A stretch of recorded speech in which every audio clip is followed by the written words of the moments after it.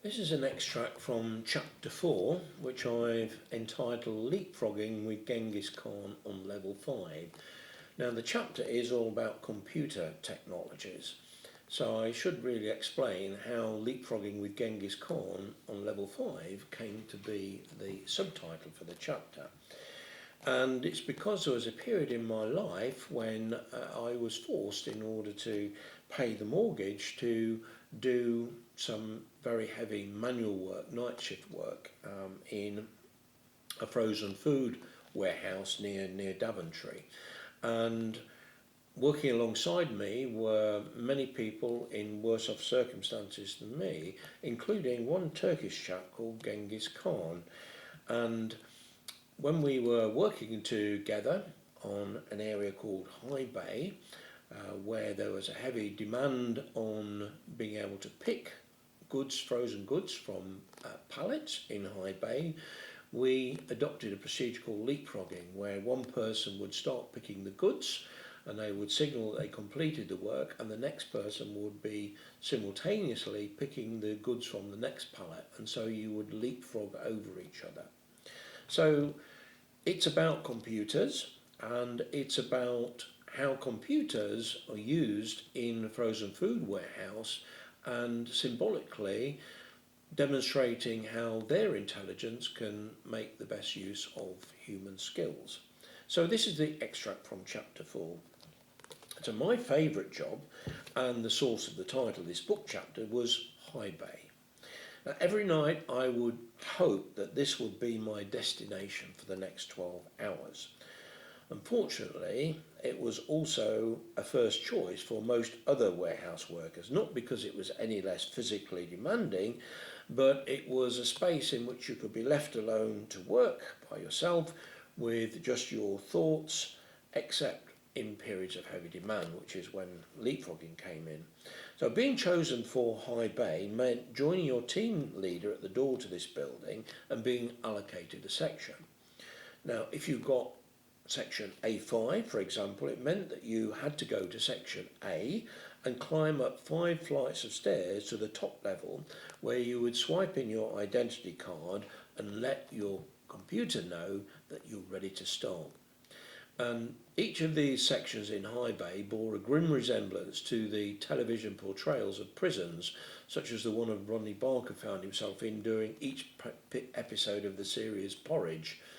There was a central area which housed a conveyor belt, and down each side, where you might envisage cell doors, there were openings in which the frozen food pallets stood waiting to be stripped of their contents. Above each pallet bay was a red lamp and a small numeric display. No sooner had you swiped your ID card on arriving at your section than you would spot the first of hundreds of red lights that would control your actions through the night.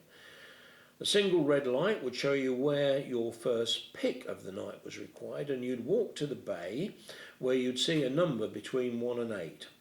This was your instruction to pick that number of boxes off the pallet, turn them and place them on a conveyor belt that was sliding along beside you. And as soon as you picked up the required number, your red lamp would extinguish to be replaced by the next location with its required number. Often, if the number to be picked for that order was greater than 8, you would have to stay in the same bay until that order was complete before looking for the next red lamp.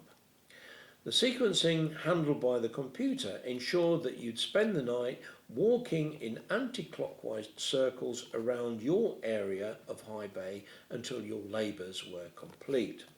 So it was here, at the age of 54, that I was confronted by the stark truth that after a lifetime of using my intelligence to get the best out of computers, I was now under the command of a computer tasked with getting the best out of me, and with the capability to organise the complex logistical activities of this operation that were way beyond that of any single human being.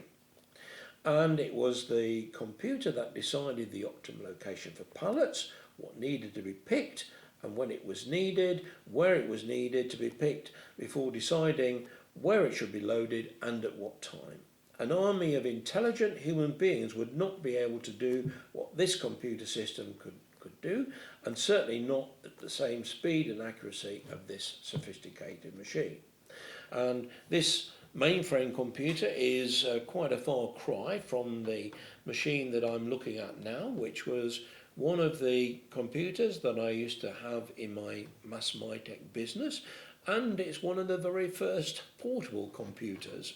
It wasn't the first portable computer I had because that was a compact portable, but this was an Amstrad PPC 640 with a monochrome display that I use in my office for data communication. So here it is, and how times have changed.